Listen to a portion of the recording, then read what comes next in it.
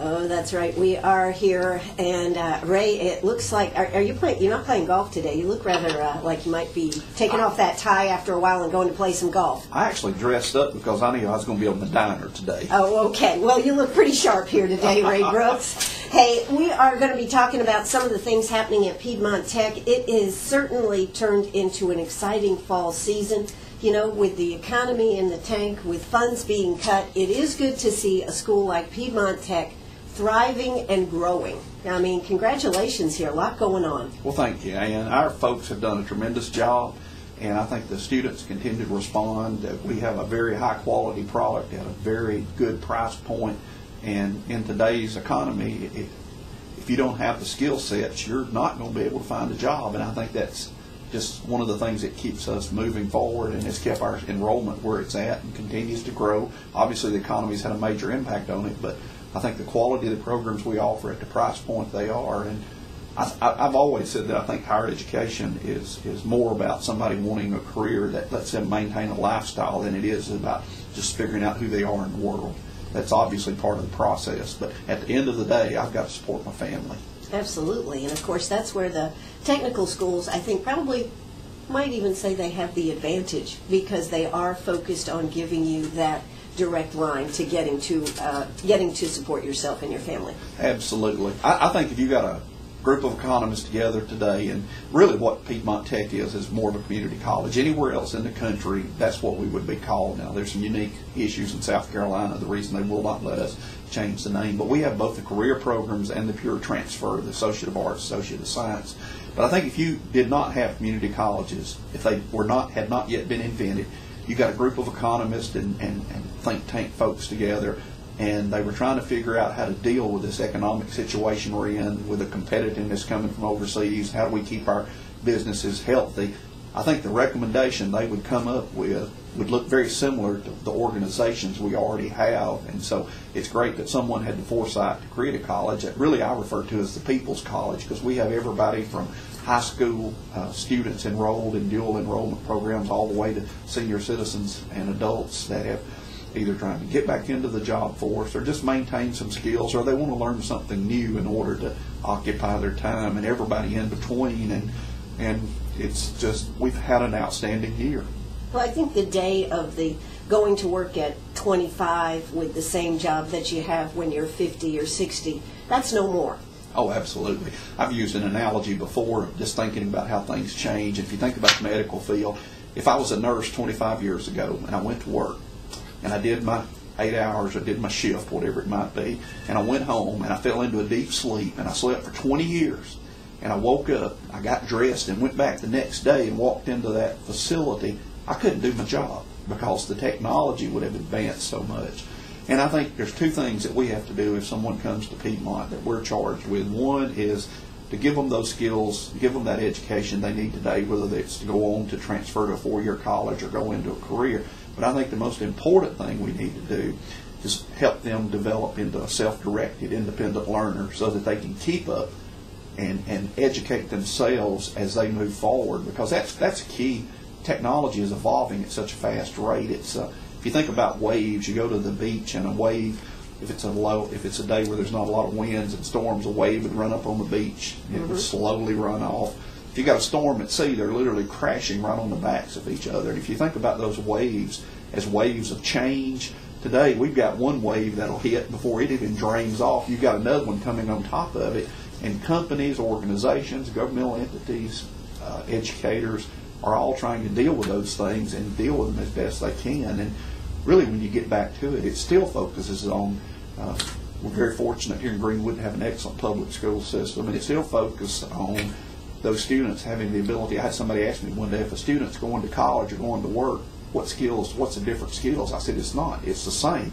They need to be able to have good writing skills, mathematical skills. It's the very same thing. They need to be able to think. Think critically, work in groups. Yes. And, I think, when you talk about working in groups, I've always said guys have the advantage because of team sports. Now today, I think women are starting to get some of that. But for years, I think women didn't have that team sport that they do now, and I think that helps a lot of them. think it probably does. Another thing, I believe women may be smarter than men. I hate to say this, guys, but we have 69%. 69% of or not 69, but over 60% of our enrollment are females. And if you look across, so they know a good thing. Yes, and if you look across the country in higher education, females make up a majority of the students that are participating, and I think they have realized that for them to achieve their careers. And the other thing, if I was a single guy, I think I would figure out that there's a lot more females there than there are guys, and that would be another incentive to enroll in college. Well, Ray, we are here talking about Piedmont Tech. You know, you have got some exciting things to talk about here today. So many growth aspects happening out there at Piedmont Tech, but one of the things that happened this year is you had a record enrollment. Yes. How are you handling all that? Well, we use a lot of part-time employees. We've got a great pool of adjunct faculty, but we had a 7.4 increase over fall of last year. That's huge. Yeah, and sometimes percentages can be misleading, but when you look at us, we were already at 5,000 students last year, 5,700. So we had 428 additional students, and over the last 10 years, we've increased by 36%. And also a very good thing was this is the largest freshman class we've ever had at the college. And if you look at the demographics of South Carolina in the 17 to 44-year-old age group, that group is actually declining in size. But in that age group is where we've had the most significant increase in our enrollment, which tells me individuals are recognizing the importance of what we do, and again, the price point at which we do it. And there's nobody that can compete with us in that arena. Why is it more affordable? I think it is more affordable just the way the college is set up. And if you look across the country at two-year colleges, they're typically the tuition is going to be at a better price point. And I think that, well, I don't think, one of the areas that I know we're doing is looking at everything we do to make sure it impacts the quality of the student experience. And if it doesn't, then we question, why are we doing it? What would be the results if we didn't do it? And basically, we've taken the whole lean manufacturing principles. We've taught every one of our folks at Piedmont Tech, have taken them through basic introductory classes. Basic training. Well, it's basic training in how to run a lean organization, and that does not mean that we're simply piling more work on the ones that are left. If you've got a process that's not producing predictable results, then there's something wrong with the process. And then you've also got to look at what is it you're doing, what's the outcome. There's been some reports and other things that we've looked at over the years that we were having to send out to other entities, like governmental entities. And when we started questioning those and asking, well, what happens to them, they go on a shelf someplace. Well, somebody had to take the time to put this thing together. And so we've been able to get some of those things changed. Some of them we've been able to automate where it pulls it right out of our database system. We have taken a much more, proactive approach to our students as far as recruiting and such, and looking at everything from the first initial contact all the way through to their enrollment, testing, placement. And one of our goals is to meet students where they are, take them to where they want to be or need to be. And I think I've shared with you personally my educational philosophy. There should not be any difference in student outcomes based on their socioeconomic status, race, or gender. And I think if a student comes to us, we're going to give them the absolute best shot for success. Our goal is to have them anywhere. In our vision statement, it says we want to be one of the premier community colleges in the country. Somebody questioned me one day, and they said, that sounds very vague. I said, to me, it's not vague at all. It's crystal clear in that what we may not be the biggest, but at what we do, we're going to be the best at the things we choose to do. And every day, we're going to do something to make sure we get better. And that's just where we are as an organization and where we continue to strive to be. You know, I think that's something that is so important, and I think in our whole country we've lost sight of that, being the best within the box that we're in. I agree with you totally. And so if you can accomplish that with Piedmont Tech, and then we as citizens or in our businesses would go for that, we would be able to turn this. Well, I think we sometimes forget what a great opportunity we have here in this country. Do we have problems? Absolutely. And it's just like the budget. I could sit and whine about the budgets have been down, and I could complain, and I could use it for excuses to not do the things that I know we need to do. But ultimately, when somebody gets up in the morning, they decide they're going to come to Piedmont Tech, they don't care what our problems are. They want to know that we're going to be there for them. They want to know that we're going to provide them an educational opportunity that will lead to a career, that will lead to a lifestyle. And so I think to focus on the glass being half full is doing a disservice. And I don't remember who it was that said that one time, but see what lead fall or get out of the way. It may have been Ted Turner. He may have been quoting somebody else. Not that I'm a huge fan of Ted Turner. But what is that about the when you unless you're the lead dog, the view never changes. Well, that's right. But let me say this: it's not me. It's not about me. It's about the college and it's about the people. And I think that's the important thing at Piedmont. Well, every time I talk to your people, they all have the same philosophy. I have never talked to anybody in the, we should say, management staff that is not energized and excited about whatever part they are doing out there. And I think that's a testament from continuing ed to the enrollments. Everybody out there is excited about the change and what is happening to focus on the students. Well, and I think it's like being on a mission field. We are on a mission field to change somebody's life. And if you really think about it, there's no segment of higher education that will more profoundly change somebody's life in a shorter period of time is what will happen at a 2-year college. Somebody can come to us literally just graduated from high school or just gotten their GED or whatever, go through one of our programs, maybe become a nurse. We just had a young lady graduate from our mechatronics program, which is really the integration of hydraulics, pneumatics, computers, robots, the whole 9 yards. It's what's taking place in manufacturing today. She got an entry-level job at $57,000 right out of school. Okay, I'm giving this job up and I'm going out there and apply today. Yeah, that's terrific. And welding, the welders have done very, very well. Those I know of just from, And if you look at it, there's a lot of jobs that are out there today. And one thing people have to look at sometimes is they may have to move.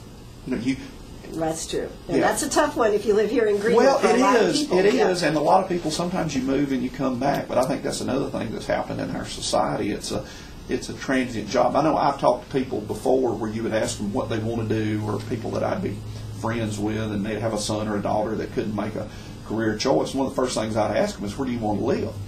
Because that's going to determine to a great extent. There's a mismatch. If I want to live in this community, yet I want to do something where there's absolutely no jobs there. I want to be an archaeologist in Greenwood. That's not compatible. So, I think that's one of the things they have to look at. And another thing I would encourage everybody that's listening to do is that whether they're a student or whether they're parents, grandparents, friends, or whatever, be very careful about your student loans. Student loans will follow you absolutely forever. Once you take out a student loan, you're going to have, the only way you can get rid of it is either die or pay it back. And too many times students will look at these things and they think they're cheap, easy money. They'll get the loans, they'll drop out of school, and then they want to try to come back to school. Well, if they're in default on the loan already, they can't come back to school. Or they'll borrow more money than they need to pay their bills, like tuition and books. So they end up running up a huge debt. And the federal government's actually starting to look at this a lot, and gainful employment is a new regulation they're looking at, is that if I go, and this I think may be more directed at some of the for-profit colleges, but if I go into a particular field and I get a student loan and I get a job, am I going to be able to earn enough money to be able to pay this loan back and live on? Sure. And so, a lot of those things that are going on, but the thing that I would encourage folks to do is money should not be an issue to keep you from going to college. Now, obviously, if you do the things that you need to do and you stay in good graces, you can continue to get financial aid. But a lot of times we'll see students that for whatever reason they'll decide to drop out, or something will happen and they won't follow the proper process, and they get in default with either the Pell, or they don't stay long enough for the Pell Grant to have kicked in, or something else, and then they end up with a financial situation that they come back wanting to try to get back in college. And these are federal regulations that we have to adhere to, and we can't do it. And I would just tell them financial aid is out there. It's great. It covers most all the expenses you can get, but you got to pay attention to what's going on and what you're doing and what the impact would be of your act. It goes back to the law of physics. For every action, there's an equal and opposite reaction. Absolutely. But that's the great thing about Piedmont Tech. Because of the cost, you can do it so much cheaper. And that's the bottom line. When you get ready to go to school and you're trying to look at a career, And if you're looking at transferring to a four-year school, you can take the advantage of the two-year tech school right here in Greenwood or in any of the other campuses. I mean, we have so many other campuses that are part of the Piedmont Tech. Yeah, we have 7 campuses, and there's 16 technical colleges in the state of South Carolina. So there is a college within easy reach of anyone that should be looking, especially the ones that are within the reach of our boys. Obviously, Piedmont Tech is a great choice. Absolutely. So even though you had the largest class, I guess you still always have room for one more? We absolutely do. We would even enroll you if you want to come in and take a jewelry class or advertising or whatever. But we, education is something that we are going to need for the rest of our lives, and I think that's a change in focus from people that went to school 20 and 30 years ago. Well, I think at one point in time, I turned 60 this year, and I think probably when I got out of high school, people looked at it as more of a destination than a journey, and it's a journey. And another analogy I've heard before is that somebody would say it's like a passport. Just because you got a passport doesn't mean you're going to travel. That's right. But try traveling without one outside the country, and I think it's that way with education. Regardless of what you're going to do, if you're going to go into some field and make enough money to sustain your family, there's a few exceptions, but for the most part anymore, those high-wage, low-skilled jobs are just not there. You're going to be hard-pressed to find one. That's right. So we are here with Ray Brooks. He's energized, ready to talk about all the great things happening right here in Greenwood and the surrounding areas. Did you know they bought a building over there in Lawrence, and they're getting ready to get that going? We're going to talk about all these things when we get back, so don't you? That's right. We are having a good time here talking about all the exciting things happening out there at Piedmont Technical College. You know, we were just talking about the fact about the person that doesn't know the direction and just kind of sitting there kind of really thinking that a job just ought to appear. What do you say, Ray? I think they need to get up out of the chair and they need to do something. One of my favorite stories in the world is these 2 buzzards were sitting on a power line, and one of them said, "Man, I'm hungry. I wish somebody would kill something. I wish somebody would run over. We're going to have to wait till somebody runs over something to eat." The other buzzard said, "Wait, nothing. Let's go kill something." And, you know, I think it's easy to sit there and rationalize a lot of things, but essentially my success, your success, everybody else's success is dependent on our own actions. Now, there's people that's going to help you. There's organizations that will help you. But it's sort of like a door. I can walk up to that door. I've got to make a decision to open it and walk through it. And there can be all the reasons in the world why I don't. But, you know, the bottom line is I think there's opportunities that are out there, but it's incumbent upon us to take advantage of them. Now, some people might say it's easy for you to speak that way. You're president of a college. Well, I came from a family that had very little. There was no money for me to go to college. I was an automobile mechanic. Fortunately, there was a technical college in the community I lived in. I got out of high school. I went there. I have 5 degrees from 4 different colleges and universities. I've never been a full-time student at a college. But that first diploma that I earned allowed me to do all the other things that I've been able to do in my life. So I'm not a good person to tell you can't do this. You can't come from point A to point B. A lot of people know what they want to do. And I've used this analogy before. It's sort of like if I want to go from Greenville to Columbia, I know to get on the interstate and it's a straight route. Well, not all of us can take that route. Some of us have to start, and we get off at Lawrence, we get off Newberry, we continue to get off and on, but over time, if we stay focused on the goal, we can achieve it. And sometimes it's got to be indirect. But, you know, a roundabout way to get there. And there's ways of getting there. That's right. But so these are the things that are available to you at Piedmont Tech. You have the premier guy right here, Ray Brooks, talking to us today. I tell you what, I guess your staff never gets to sit down and say, "I can't do that, huh?" Well, every Monday morning we meet, and one of the points of discussion is what can we do this week to improve our college and make it better for our students. What have we done last week to make sure that we're on target to achieve goals in our strategic and operational plans? And what are we going to do next week? What are we going to do next year? So we're constantly looking at where we are, but again, checking the compass to make sure we're on track to get where we want to be. You know, if you travel long enough in any direction, you'll get somewhere. The question is it where you want to be?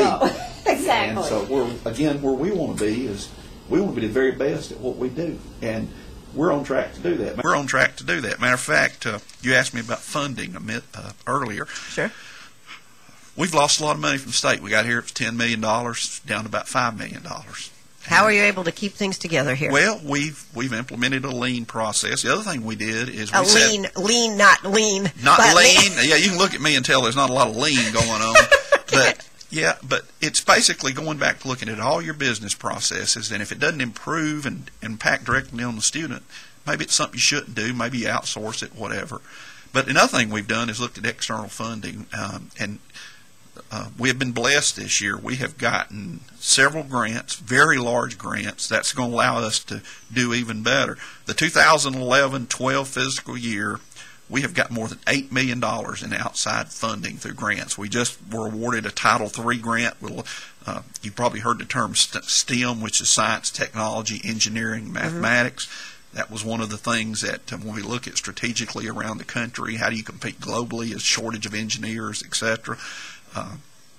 That particular grant will support that effort. It's also designed to assist with retention. It doesn't matter how many students we recruit.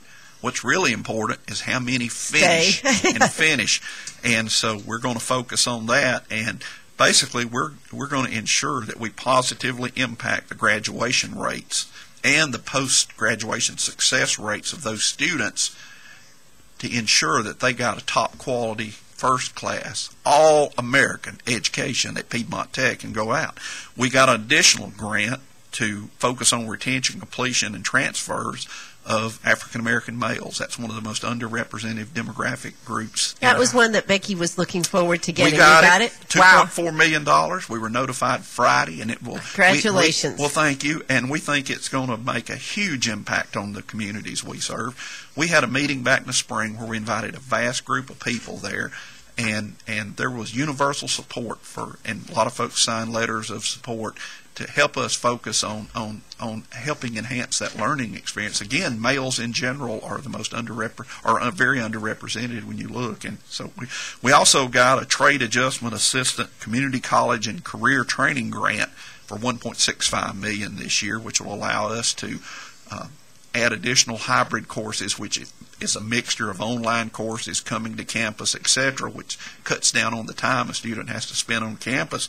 But primarily it's focused on those high-tech job creation, high-tech areas where jobs are being created, and it allows us to bring our equipment all up to current industry standards in those areas. So those are some of the things we're doing.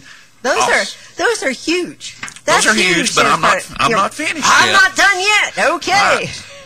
We are in a second. Yeah, okay. We've got a high-tech scholars grant this year also, which again focused on our engineering, automotive, and some other areas that allowed us to help those students that can't afford the equipment that they need. And it allowed us, it was a $600,000 grant. We've just completed a process, a self-study, what we call the Foundations of Excellence for the first year experience. If you think about building a house, you don't take a crane and build the roof and then build under it. You start with the foundation and you build forward. So we just have completed a rigorous self-study, which what we looked at was the first year experience for our students, compared them to standards, and saw where we're good, where we need to improve, maybe where we're not touching on areas.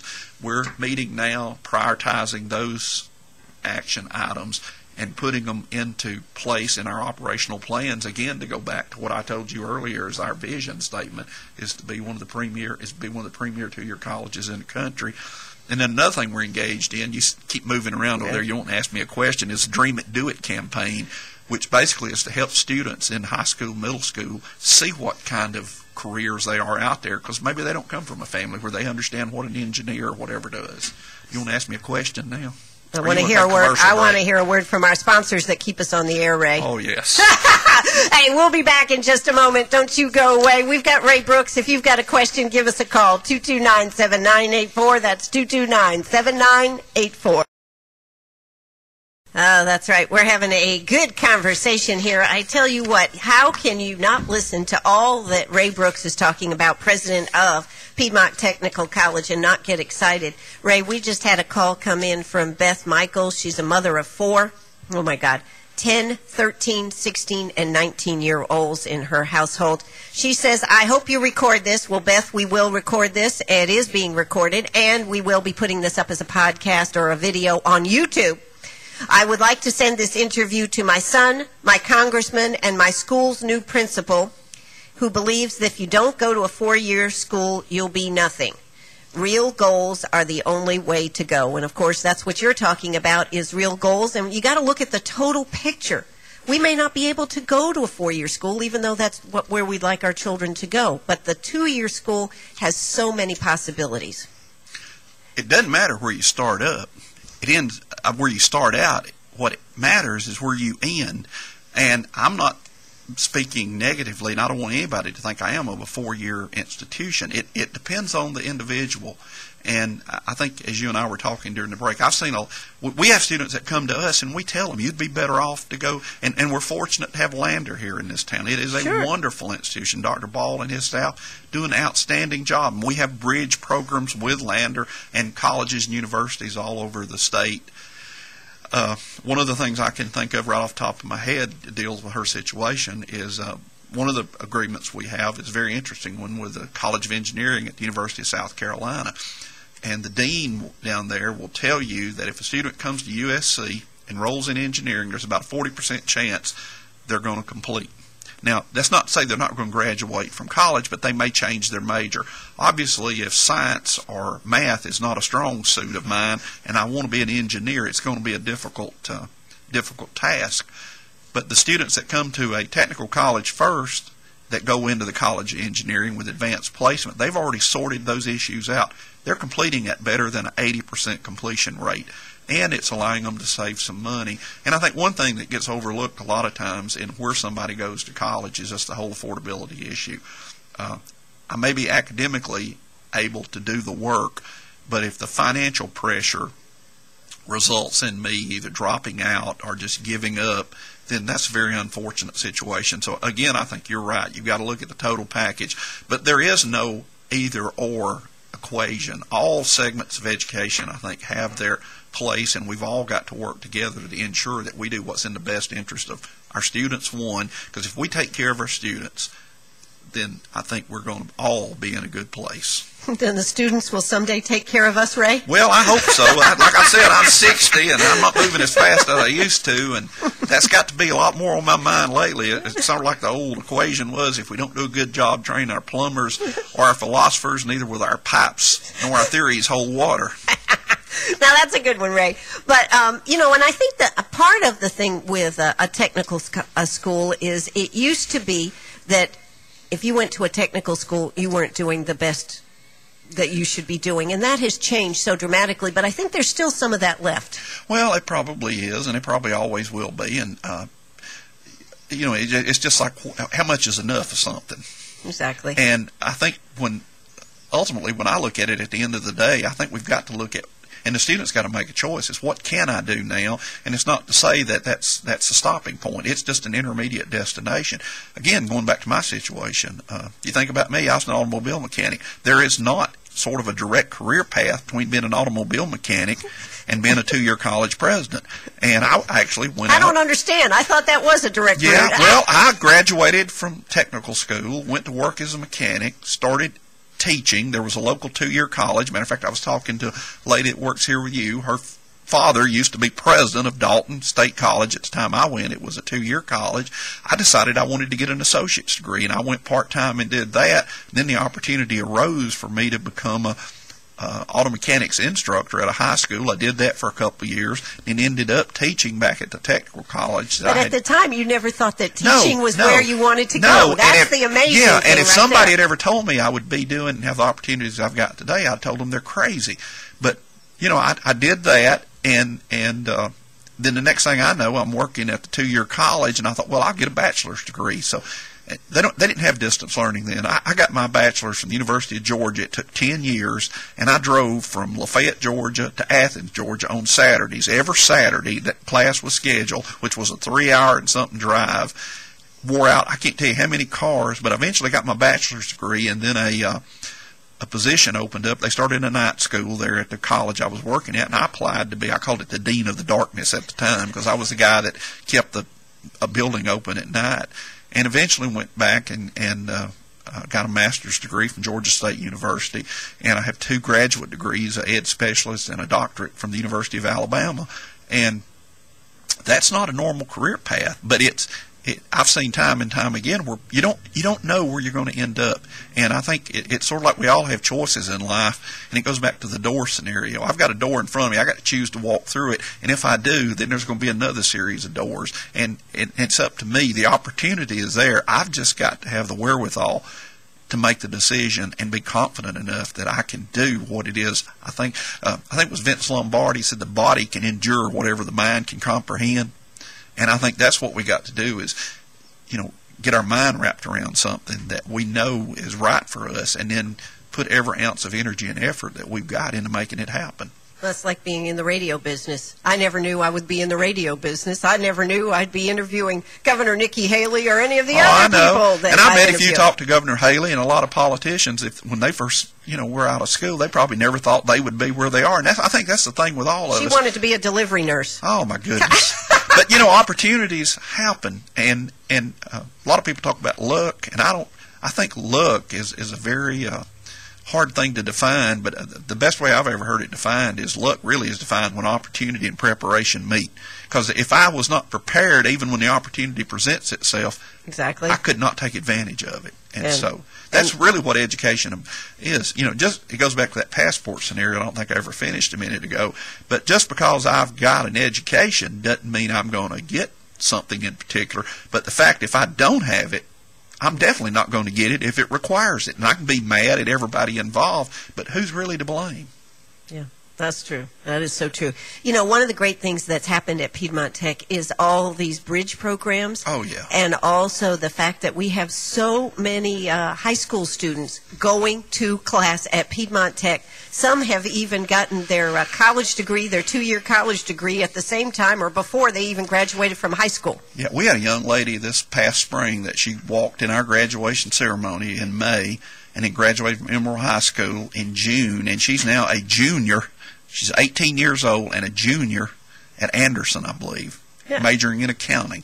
It's unbelievable. Yeah, we have Shelby Dominic heads that up for us at the college, and I think we had roughly 600 students in dual enrollment last year, and we've got over 800 this year that are, and I think it's a wonderful opportunity for the student. It's a wonderful opportunity for the school system. It's obviously a wonderful opportunity for college. Some of those students come to Piedmont, but many of them go on to other four-year colleges and universities, and it's a great opportunity for their parents because, again, it's a price point you can't hardly beat.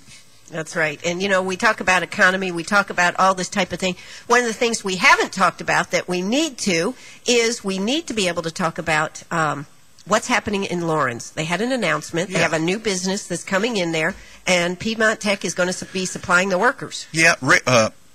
ZF Corporation is a transmission supplier from Germany, and they're building a new transmission plant over 1 million square feet, and actually it's up above in the Owens Industrial Park above Gray Court in Lawrence.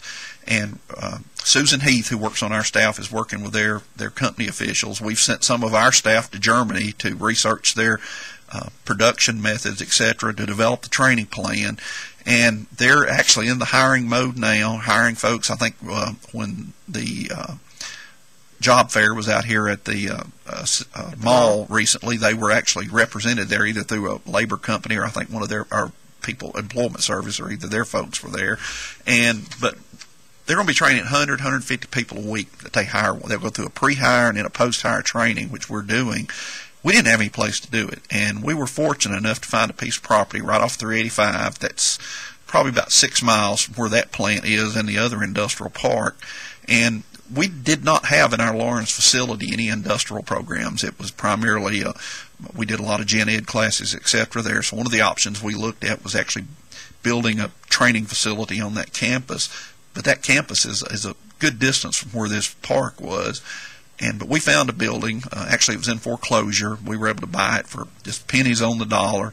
And we're in the process now of actually Davis and Floyd here in Greenwood is doing the design work on it. We will be gutting that building, remodeling it, and upfitting it. Part of the grant we got, the $1.7 million in the trade assistance grant, will help us update all of our equipment here on the Greenwood campus. We're also building we bought the old Walmart building on Wilson Road through a local option sales tax that Newberry County passed, and we're going from about 20,000 square feet into 70-something thousand square feet up there, and we will be adding some programs similar in nature there. But basically, we'll have 3 centers that can train at whatever level a company needs.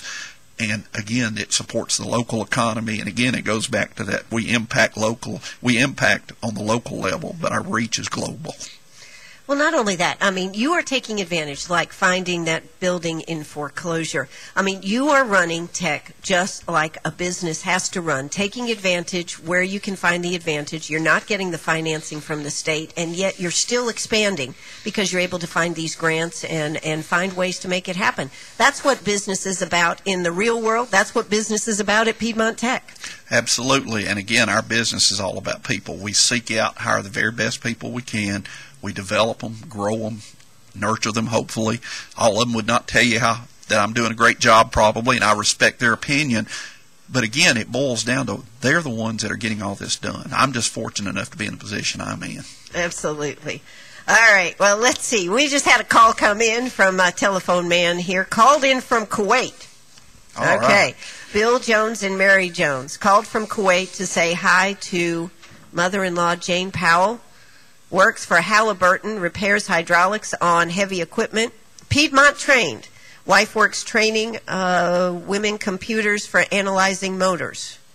How about that? That How about is great. that? Isn't that great? That's another part of that global reach. Yes, exactly. And That's great. Emerald High grads listen to every game right here on WLMA. So there you go, streaming live wherever you are. We're in that global economy, too. Absolutely. So that's pretty cool, huh? Well, I told somebody one time, they said, well, what's the reach, Piedmont Tech? I said, we're in your community, in your house, in your state. We help to be in your thoughts. At all times. At all times. And if you're looking to give away money, we hope to be in your philanthropic activities. Well, there you go. I tell you what, Piedmont Tech is definitely on the move. They've had a great, since you have come on board, you certainly have made some exciting new changes. Now, we've talked about when will the campus in Newberry be finished? The campus in Newberry, now that's the one where we bought the Walmart. We expect to move into it in December of next year. Next year, so yeah, and the Lawrence facility, we're on a very fast track in it. We will be in it by March. By March, wow! Yeah, and when are they actually going? Is that business? We're already doing We're already doing training at both the Lawrence facility, our existing facility, and in some other spaces that we have leased. And we've got a contingency plan. If we cannot find enough space until the facility's ready, we're going to rent some mobile units, put them on our Lawrence campus to deal with because they're on a very steep. It's a wonderful company. And let me tell you that this plant they're building up there has the approximate same amount of square footage that Boeing is building in Charleston.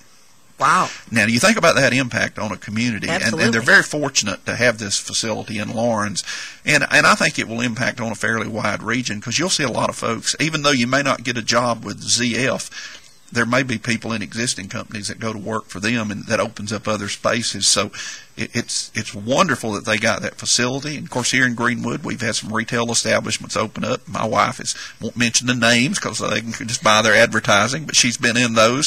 She's also out here in the lobby at Sharp Facets right now. Enjoying herself. I saw her credit card come out. That makes me a little bit worried because we're going to lunch if we can afford to here in a minute when she gets through out there. But I think there's a lot of things going on that'll positively impact a lot of people working hard on economic development, and we're just trying to make sure that we bring the piece to the table that's workforce training and development that makes our area as attractive as it can be to companies that are looking to expand and grow. And ultimately it comes down to if the jobs are there, we've got to have people that are ready to fill them. Well, not only that, you have to be aggressively working with the companies out there to make sure that Piedmont Tech gets the piece of the pie. It doesn't just happen. No, it doesn't. You have to work with these companies. And as I told you, I've been here now to be 4 years in March, at the end of February actually, and we set a goal when I came here of increasing our external funding, and we've done that to a degree.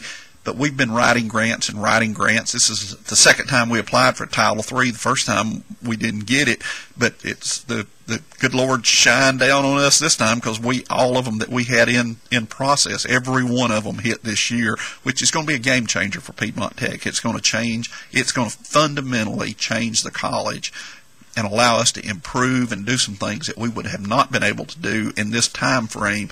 But it just accelerates, I think, our ability to achieve our ultimate goal. All right. Well, when we come back, we're going to finish up here with Ray Brooks. He is excited. We've got more to talk about. Hey, if you've got a question, give us a call, 229-7984. Let's hear a quick word from our sponsors, and we'll be right back. Oh, that's right. We are back here. You know, Ray, just I think it was maybe a week or so ago, y'all had an announcement that public computer labs have been made available through a grant. What a terrific thing. I mean, you know, you think of the library, you think of some of these, but there's not always enough available, and yet you've been able to open more.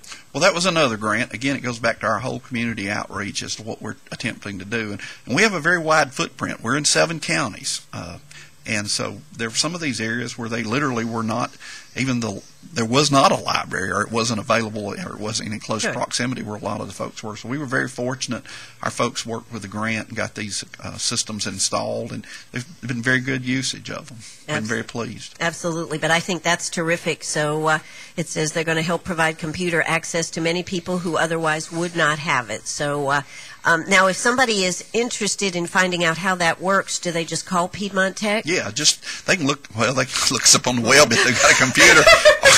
or they can call my office. It's 864-941-8302, and we'll be glad to direct them to the individual they need to speak with. Absolutely. So we've got new computer labs now. Other things. What's on the horizon for Piedmont Tech?